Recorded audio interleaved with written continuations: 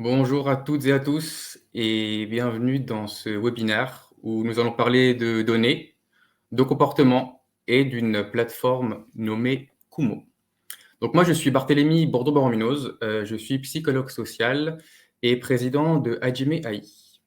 Hajime AI, c'est la société que nous avons montée il y a maintenant 4 ans avec Quentin et Simon ici présents, avec la mission de toujours améliorer la compréhension et les comportements des patients. Et depuis notre création, toutes nos décisions ont toujours été drivées par cette même mission, tout comme celle d'aujourd'hui d'ailleurs, de lancer et de vous présenter la plateforme Kumo. On sait que le temps d'attention est précieux, on a donc fait en sorte d'être le plus clair, précis et concis possible dans nos explications. Si vous avez des questions, n'hésitez pas à nous les poser dans le chat ou à nous contacter derrière directement.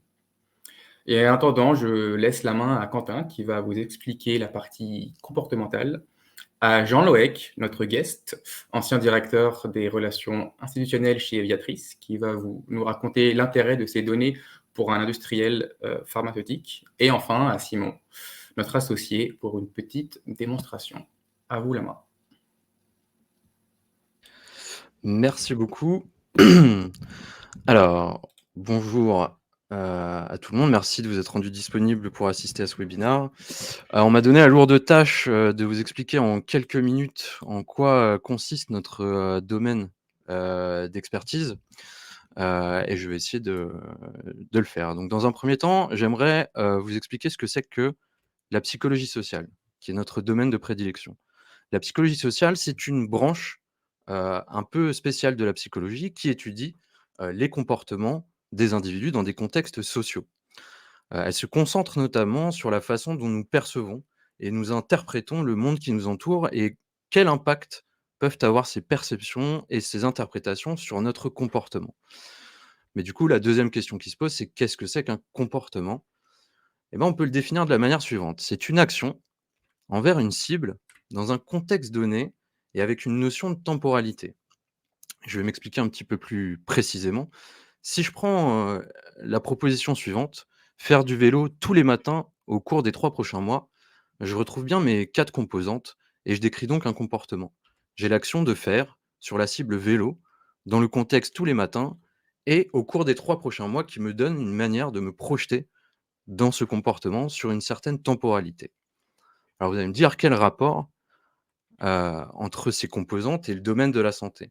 Et ben, il se trouve que certains des comportements qu'on peut décrire de la manière dont on l'a vu, sont à mettre en lien avec la santé. Ils peuvent avoir un impact positif ou négatif sur elle.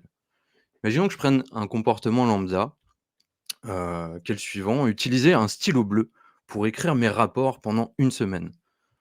Je retrouve bien dans cette phrase et dans cette description les 4 composantes qu'on a vues juste avant, mais on se rend bien compte qu'utiliser un stylo bleu pour écrire des rapports, ça n'a aucun impact sur la santé.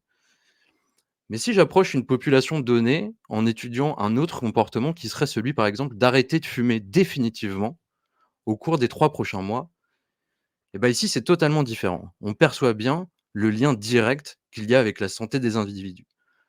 S'ils arrêtent de fumer définitivement au cours des 3 prochains mois, ça aura un impact positif sur leur santé. Je vous donne d'autres exemples. Prendre correctement mon médicament tous les soirs durant toute la période de mon traitement ou pratiquer de l'activité physique pardon, quotidiennement pendant un an, ce sont des comportements qui ont un impact direct sur la santé des individus et qu'on peut appeler des comportements en lien avec la santé. Mais alors une fois qu'on a défini ces comportements qui sont en lien avec la santé et qu'on souhaite étudier, qu'est-ce qu'on peut faire? On peut faire plusieurs choses. On peut d'abord les prédire. On peut en effet mesurer ce qu'on appelle, nous, l'intention de comportement, et qui est un des meilleurs prédicteurs aujourd'hui de l'adoption finale d'un comportement. Autrement dit, est-ce que j'ai l'intention d'arrêter de fumer au cours de ces 3 prochains mois? Est-ce que j'ai l'intention de suivre correctement mon traitement? Est-ce que j'ai l'intention de pratiquer de l'activité physique? Ah, c'est super, j'ai l'intention ou j'ai pas l'intention, mais qu'est-ce que je fais après? Et ben, cette intention, je peux l'analyser. Qu'est-ce qui ferait, par exemple, que j'arrêterais de fumer au cours des 3 prochains mois? Est-ce qu'il y aurait des freins? Est-ce que j'aurais peur, par exemple, du stress que ça peut m'engendrer? Est-ce que j'aurais peur de prendre du poids? Ce sont des peurs qui arrivent très souvent sur ce type de comportement? Et quels seraient aussi les facilitateurs? Est-ce que, par exemple, je pense que les patchs qu'on vend en pharmacie seraient une aide efficace pour moi? Est-ce que je pourrais utiliser, par exemple, une cigarette électronique? Ce qui est très à la mode. Je pense que vous commencez à comprendre, à ce stade, heu, les possibilités qui sont offertes par ce domaine d'expertise. Et on en arrive ici au moment le plus intéressant, je pense, si vous l'avez peut-être deviné, heu, à travers les choses que je vous ai dites. C'est qu'une fois qu'on a, prédit et qu'on a analysé ces comportements, et ben, on peut les changer. On peut changer les comportements. Bah, ouais, si j'ai l'intention, de suivre correctement mon traitement ou de faire de l'activité physique, bah, qu'est-ce que je peux faire pour que cette intention devienne une réalité? Et si j'ai pas l'intention de le faire, comment je fais pour renverser la vapeur et me donner l'intention de le faire? Et ben, je vais vous expliquer ça. Ce que vous allez voir à l'écran ici, c'est une liste, non exhaustive, il y en a plein d'autres, de facteurs qui ont un impact sur notre comportement. Sur l'intention d'abord, mais aussi sur le comportement direct à la fin. Et il en existe d'autres, comme je l'ai dit, et tous ces facteurs, ils sont mesurables. Et ce que font une partie des chercheurs, en psychologie sociale, et je citerai ici, notamment, Gaston Godin ou Suzanne Michie, qui sont des chercheurs avec qui on a l'occasion régulièrement de discuter de ces sujets, c'est de chercher quelles sont les stratégies qui peuvent avoir un impact sur chacun de ces facteurs et in fine sur le comportement que les gens adoptent. Je vous donne des exemples. Imaginons que j'ai un problème avec ce que vous voyez en bas ici, le contrôle, le sentiment de contrôle perçu. Autrement dit, j'ai l'impression que ce comportement est trop compliqué pour moi et que je suis pas à la hauteur. Eh ben, on peut mettre en place des expériences vicariantes. D'autres personnes qui sont dans la même situation que moi, auxquelles je peux m'identifier et qui, eux, ont réussi à surmonter ces difficultés et adopter ces comportements. Du coup, si eux peuvent le faire, eh ben, pourquoi pas moi? Imaginons que j'ai l'impression de manquer de soutien social. J'ai l'impression d'être un peu isolé. Je pense que les autres, les gens qui m'entourent, n'en ont que faire du fait que j'adopte ou non un comportement. Tout le monde s'en fiche. Et ben, mettons en avant les groupes de soutien, les associations de patients, là où des gens s'intéressent à ce que je fais, qui peuvent me montrer l'exemple au quotidien, comprendre ce que je vis et m'apporter le soutien nécessaire. Alors, des stratégies comme celle-là, des stratégies de changement de comportement, il en existe pour tous ces facteurs. Je vous en ai mis quelques exemples ici, mais il y en a bien d'autres. Ils sont listés aujourd'hui. On sait quel impact ils ont sur chaque facteur. Et l'essentiel, c'est de savoir les manipuler. Les manipuler avec soin pour obtenir l'effet escompté et pas se retrouver avec des effets inverses de ceux qu'on attendait. Parce que sur certains profils, il y a des stratégies qui fonctionnent bien, des stratégies qui ne fonctionnent pas et même des stratégies qui peuvent amener l'effet inverse de celui qu'on attendait au départ. Et c'est ce qu'on fait, nous chez Hajime, et notamment au travers des projets qu'on lance sur notre nouvelle plateforme, Kumo, des projets qu'on lance nous de notre côté, des projets que vous pouvez lancer vous. On vous montrera juste après, comment ça fonctionne. Vous choisissez un comportement avec notre aide et notre expertise évidemment. Vous choisissez la population que vous souhaitez cibler et nous on mesure, on analyse, on crée les questionnaires, on prédit les comportements sur un échantillon de personnes, un échantillon d'individus et on vous présente un rapport dans lequel vous retrouvez toutes les manières dont vous pouvez changer ou renforcer les comportements. D'abord sur, la population générale, mais ensuite sur des profils types qui émergent de ces échantillons qu'on étudie. Quelle stratégie il faut utiliser? Quelles solutions il faut mettre en place? Toutes ces réponses, vous les trouvez dans ces rapports, qu'on vous fournit à la fin de chaque projet. Et alors une fois que vous avez ces rapports en main et qu'on vous a donné toutes ces solutions, qu'est-ce que vous pouvez en faire? Et bah, pour le savoir, je vais laisser la parole à Jean Loec, qui va se faire un plaisir de vous expliquer tout ça. Merci beaucoup, Quentin. Ravi et heureux d'être avec vous et avec toute l'équipe d'Hajime AI.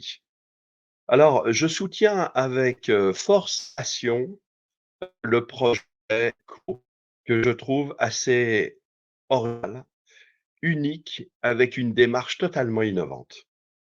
Kumo, c'est véritablement quoi en fait, Kumo? C'est comprendre les patients pour agir et surtout pour que le patient agissent dans le bon sens, dans le sens souhaité pour qu'ils prennent en charge beaucoup mieux sa santé et qu'ils deviennent un acteur de sa santé. Vendre, souvent, on dit que c'est écouter l'autre et le comprendre. Pour véritablement comprendre, je crois que Kumo est véritablement une innovation sur le marché qui permet de se mettre à la place des et de comprendre et de construire tous les messages qui seront pertinents et surtout qui seront écoutés par le patient pour justement modifier son comportement dans le bon sens.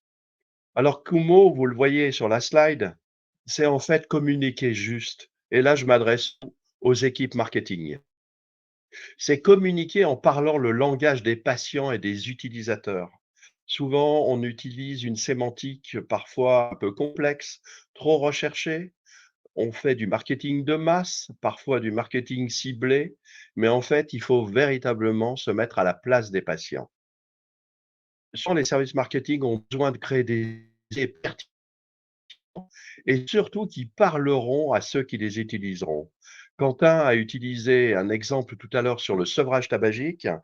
C'est véritablement essayer de comprendre l'autre, dans quel processus il est. Est-ce qu'il a déjà essayé d'arrêter de fumer? Est-ce qu'il a rechuté? Est-ce qu'il a arrêté pour la première fois? Quel est son, j'allais dire, son niveau de connaissance sur le tabac? Où est-ce qu'il Et là aussi, je crois que Kumo est véritablement une énorme valeur ajoutée pour les services marketing pour construire les communications. Et puis, c'est connaître l'univers et les réels besoins des patients, de leurs attentes ou des acteurs de santé, puisque Kumo, c'est une démarche originale, puisque les enquêtes peuvent se faire aussi bien sur des patients que sur des acteurs de santé. Alors, Quentin, la prochaine.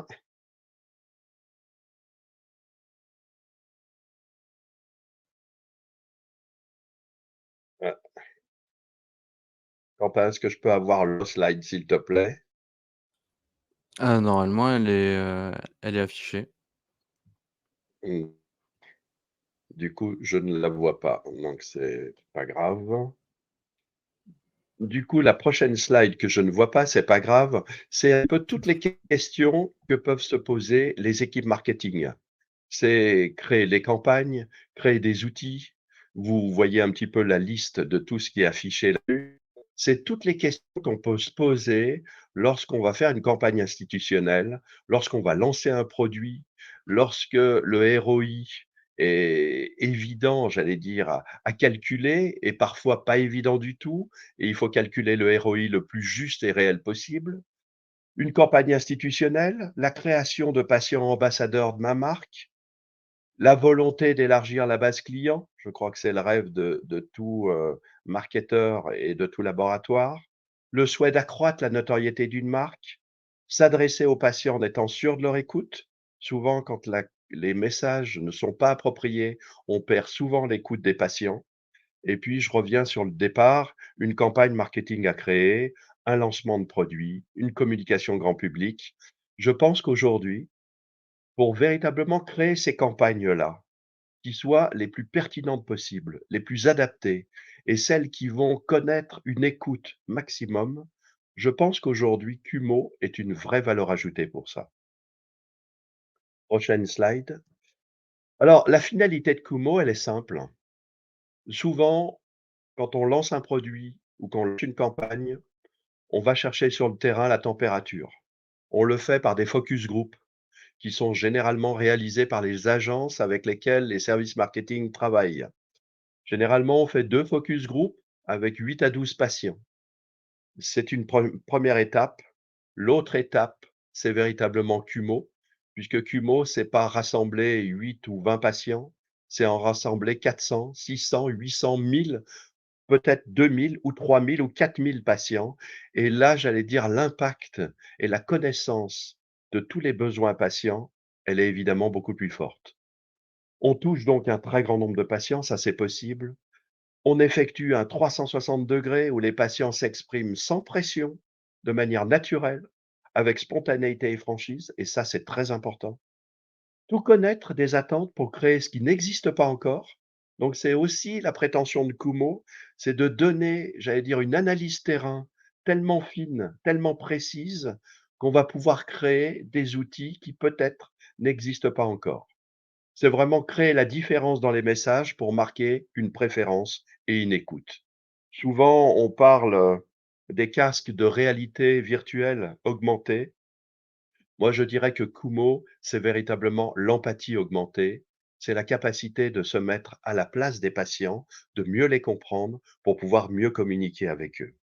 Je finirai simplement par, pour moi, ce qui est une valeur ajoutée extraordinaire de Kumo, c'est que Kumo crée un rapport et ne fait pas que donner les résultats de l'enquête, il effectue des recommandations, il donne des solutions. Donc en fait, avec Kumo, vous n'êtes pas seul pour réfléchir et décider. Kumo essaye de vous apporter les solutions les plus pertinentes et les plus efficaces et les plus efficientes possibles pour toutes vos campagnes marketing. Voilà, merci pour votre attention et je laisse la parole à notre ami Simon.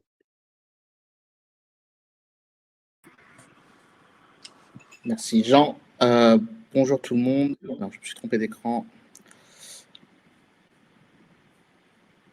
Tac, ça sera bien mieux. Donc moi je suis Simon, je suis un des cofondateurs de la société HMAI et je suis plutôt d'un profil tech. Je m'occupe de la plateforme Kumo et aussi du traitement de la donnée sur la plupart des projets. Quand on parle de Kumo, jusque-là, on parle beaucoup du service d'enquête de bout en bout.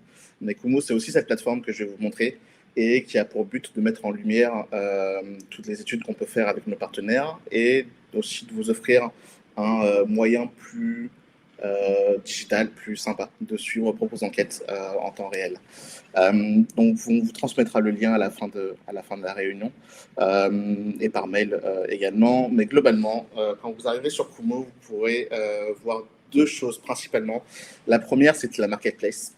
Donc, c'est l'ensemble des études qu'on a pu mener avec nos partenaires. Quand je parle de partenaires, on est en lien aujourd'hui avec une quinzaine d'associations de patients sur une dizaine d'aires thérapeutiques dont vous aurez les détails ici. Historiquement, on a commencé sur la spondie, la scléro, et aussi beaucoup avec Action Traitement, association de patients atteints du VIH. Et de fil en aiguille, on a tissé des liens avec pas mal d'autres associations qui sont aujourd'hui accessibles. On a une sorte de calendrier avec eux sur quand est-ce qu'on peut mener une étude avec elles, à quel moment et sur quelle période. Et tout ça est un peu mis au clair dans cette page Kumo. On est aussi capable, et ça depuis peu, de mener des enquêtes sur les réseaux sociaux, toucher des populations qui sont plus ou moins jeunes, mais aussi, on a quand même réussi à toucher des personnes jusqu'à 70-80 ans sur Facebook. C'est un peu une alternative des associations de patients sur des comportements plus d'ordre public, comme l'arrêt du tabac, comme le sommeil ou d'autres comportements plus classiques. Donc, si je reviens sur la marketplace, vous verrez une quinzaine d'études qui ont été menées et dont les rapports sont disponibles, comme l'a décrit Quentin. Des rapports sur l'observance médicamenteuse, des rapports sur la vaccination, sur le sevrage et sur d'autres comportements. Si cela ne répond pas forcément à vos besoins aujourd'hui actuels, on est aussi en capacité de lancer des enquêtes avec vous, pour vous, et du coup un onglet Mes enquêtes privées qui vous permettra de suivre vos enquêtes en live. Sachant que, comme l'a dit Quentin, Jean, et comme l'ont dit Quentin, Jean et Barthélémy depuis le début, on a une vraie expertise sur le montage du questionnaire en se basant sur la littérature des sciences comportementales et choisir les bonnes questions qui nous permettront de récolter les bonnes réponses.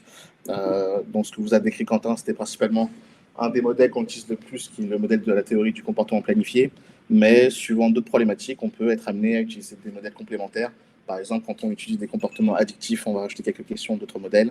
Quand on va faire une enquête à l'étranger, on peut rajouter des questions sur l'impact de la culture, de la religion, sur des comportements de santé. Et on a une vraie maniabilité de ces différents modèles-là pour monter le bon questionnaire pour vos propres besoins. Pour ça, c'est un point. Là où c'est intéressant, et je vais vous en emmener maintenant, c'est plutôt sur ce tutoriel qui est accessible à la page d'accueil, donc que vous verrez quand vous vous inscrivrez. Ce tutoriel, il est intéressant parce qu'il vous explique un peu ce modèle qu'on vous a décrit depuis le début, mais il vous met aussi à la place d'un répondant. On parle beaucoup du patient depuis tout à l'heure, mais on est tout aussi bien capable de mesurer les comportements d'un patient que celui d'un médecin, parce qu'on on utilise le même modèle pour mesurer l'intention d'observance, du coup, l'intention d'observance d'un patient, que l'intention de prescrire un médicament pour un pro de santé, par exemple. Et prochainement, d'ailleurs, vous verrez dans le marketplace arriver une enquête qu'on va mener auprès des pros de santé sur l'intention de prescrire un médicament précis. Et voilà, c'est le même modèle et on est capable de faire la même chose. Et du coup, la plateforme répond un peu à tous ces besoins. La TCP, c'est le modèle qu'on utilise principalement et c'est celui que vous avez décrit, Quentin. Donc, il y a un tutoriel qui vous explique un peu ces différentes questions. Et ce qui est intéressant, c'est surtout de vous mettre à la place du patient parce qu'on vous emmène sur l'autre volet de Kumo, qui est le volet plutôt orienté patient et sur lequel se déroulent la plupart de nos efforts, car on essaie constamment d'améliorer cette plateforme-là, d'optimiser les passations et de minimiser les abandons en cours de passation des patients.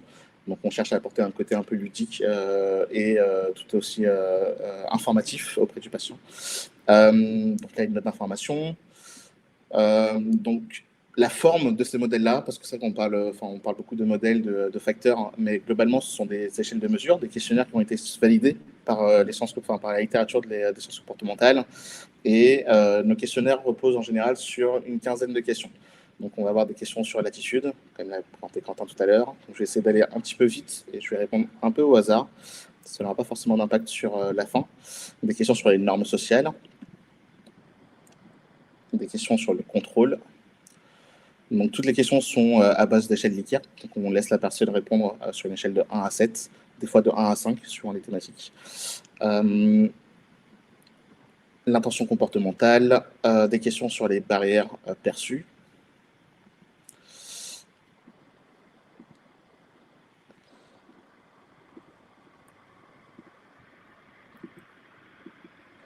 En général, à ces questions-là, on va ajouter dans les enquêtes des questions plus orientées socio-démo, donc récupérer l'âge, le sexe, la catégorie socio-professionnelle, la localisation, ce qui nous permet de mettre en général en relief ces différents, les différents facteurs psychométriques en fonction de ces différents métadonnées.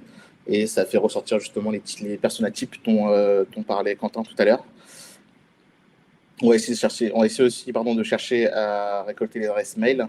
Il faut savoir que 50% en moyenne des répondants laissent leur adresse mail pour une étude secondaire, ce qui nous laisse la possibilité de faire des focus studies en aval sur des thématiques plus précises que celles qui ont été abordées dans l'enquête principale. Et du coup, à la fin d'une passation, le patient il est amené vers une page un peu de conclusion où on lui apporte, bon là c'est pas forcément ludique parce que c'est censé vous donner de l'information sur ce qu'on fait, mais globalement le patient il a un profil ludique, souvent on lui met une petite image un peu marrante et on vient lui expliquer ses problématiques vis-à-vis du comportement qu'on a pu mesurer et en fonction de son profil on vient lui proposer des contenus. Donc quand on parle de contenu, c'est souvent des liens vers des sites d'information, ça peut être des liens vers des vidéos, des médias, ça peut être des contacts d'associations de patients pour les personnes qui ont des problèmes de soutien social. Et voilà, donc on a presque une cinquantaine de types de contenus qu'on peut proposer sur cette page-là. Et ce qui est intéressant, c'est de savoir est-ce que les gens cliquent sur ces contenus-là qu'on leur envoie ou non. Donc d'une part, nous, ça nous permet de confirmer l'intérêt et la bonne association des stratégies de comportement avec les profils qu'on a pu mesurer. Mais c'est aussi une manière de mesurer l'attractivité de certains médias plus que d'autres. Si on voit que le patient clique sur un média A versus un média B, et ça va dans le sens de ce que disait Jean tout à l'heure, quand il disait qu'on pouvait choisir les bons verbatims, les bonnes manières de parler aux patients. Bah là, en l'occurrence, on a remarqué sur nos anciennes enquêtes que typiquement des verbatims attiraient plus l'attention que d'autres, et donc du coup, vous pouvez amener le patient à faire des choses qu'on voulait. Et ça, c'est des choses qu'on peut tester dans cette page-là. Là, récemment, on a eu un client qui nous proposait de mettre en avant des OTC, des produits, sur cette page-là. Et donc, du coup, on est même capable de mesurer des comportements d'achat et de les mettre en relief avec les données comportementales pour savoir quels sont les types de personnes qui vont plus faire de l'achat de produits d'OTC, celles qui vont plus aller vers des sources de patients, etc. Donc, c'est une page qui est un peu cruciale pour nous parce qu'elles vont vraiment confirmer le profil des patients qu'on a pu mesurer et aller jusqu'à tester des contenus auprès d'eux, de savoir si tel média est plus intéressant qu'un autre pour un patient, est-ce que tel lien d'étude pour un médecin est plus intéressant qu'un autre, et donc du coup il serait plus il serait plus judicieux de l'utiliser dans les campagnes de communication pour les pros de santé derrière. Voilà, donc c'est une page qui est un peu importante, et du coup vous verrez le résultat de cette page-là dans les différentes enquêtes qu'on a pu mener sur la marketplace derrière. Donc, Quentin vous enverra je pense qu'on peut l'envoyer même maintenant dans le chat, le lien vers Kumo. L'inscription est assez simple. Vous verrez, il y a plein de petits boutons bleus pour provoquer des réunions avec nous, pour lancer une enquête ou pour poser des questions sur les comportements qu'on a pu mesurer dans le passé et qui peuvent faire écho à ceux qui peuvent vous intéresser dans votre activité. Voilà, on est disponible. L'idée de la plateforme Kumo n'est vraiment pas de vous laisser en toute autonomie sur la plateforme et de vous laisser vous débrouiller. Au contraire, il y a un vrai service d'accompagnement. On est là pour vous accompagner de bout en bout sur la gestion de l'enquête, depuis le montage du questionnaire jusqu'à l'analyse et la mise en place d'un plan d'action en fonction des résultats qui ressortent. Voilà, je pense que j'ai tout couvert. Quentin, je te relaisse la main.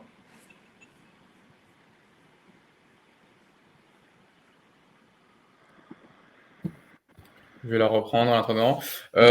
Du coup, je complète juste, merci beaucoup Simon, en précisant aussi que c'est une plateforme bien sûr qui est RGPD compliant et toutes nos données sont hébergées sur un HDS. Donc écoutez, on peut se laisser une trentaine de secondes si vous avez des questions. Si vous avez des questions mais vous n'avez pas forcément le temps de les poser, nous avons mis aussi notre adresse mail dans le chat, donc n'hésitez pas, contact@ajimai.fr. Vous avez également notre page LinkedIn si vous voulez suivre un peu nos actualités. Et comme l'a dit Simon, le lien vers Kumo. Voilà, donc si vous voulez vous inscrire, l'inscription est complètement gratuite. Donc il suffit juste de rentrer votre adresse mail et derrière, vous pourrez avoir accès au contenu et à la possibilité de prendre des rendez-vous avec nous.